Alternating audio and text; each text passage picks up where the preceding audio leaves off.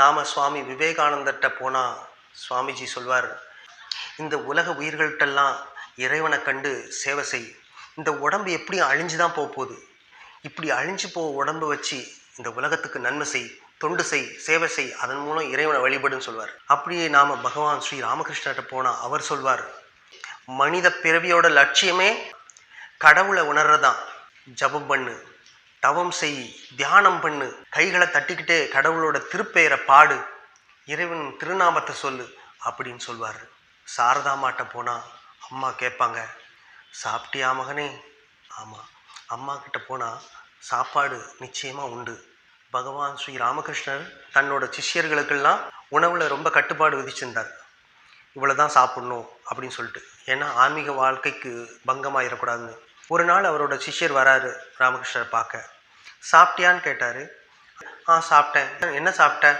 சப்பாத்தி சாப்பிட்டேன். எத்தனை சாப்பிட்டேன்? அவர் எத்தனை சப்பாத்தி சாப்பிட்டேன்னு சொன்னதும் ராமகிருஷ்ணர் கோவம் வந்துச்சு.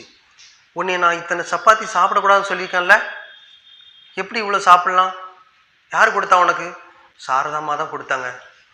அவளுக்கு உடனே வர சொல்லு அப்படின்னு சொன்னோன்னே ஆளை விட்டு அனுப்பி சாரதாம்மா வர சொல்லிட்டாங்க. சாரதாம்மா வந்தான்னு ராமகிருஷ்ணர் கேட்குறாரு, ஏன் இவனுக்கு இவ்வளோ சப்பாத்தி கொடுத்த? இப்படி அவன் சாப்பிட்டா அவனோட ஆன்மீக வாழ்க்கை என்ன ஆகுறது?